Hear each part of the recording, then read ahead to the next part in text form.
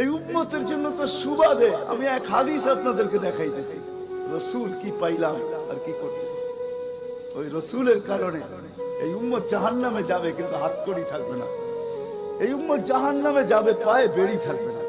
এই উম্মত জাহান্নামে যাবে, গলায় শিকল থাকবে না। এই উম্মত জাহান্নামে যাবে, চেহারা কালো হবে না। অথচ জাহান্নামীদের চেহারা কালো হবে, এই উম্মতের চেহারা কালো হবে না। একজনের চেহারাও কালো হবে না। ফেরেশতা জিজ্ঞেস করবে, আল্লাহ চেহারা তো ঝকঝকে, গলায় নাই শিকল, পায়ে নাই বেড়ি, হাতে নাই হাতকড়ি, এটা আবার কি পাঠায় দিলেন? তো আল্লাহ জবাব দিবে, আমার বন্ধুর উম্মত, খবরদার। তো ফেরেশতা মালিক জিজ্ঞেস করবে, দারোগা হাতকড়ি নেই কেন? বলছে, যেই হাত উঁচুতে ব্যবহার হয় ওটা হাতে হাতকড়ি লাগে না। যেই পাও মসজিদের দিকে চলে ওই পায়ে বেড়ি লাগে না।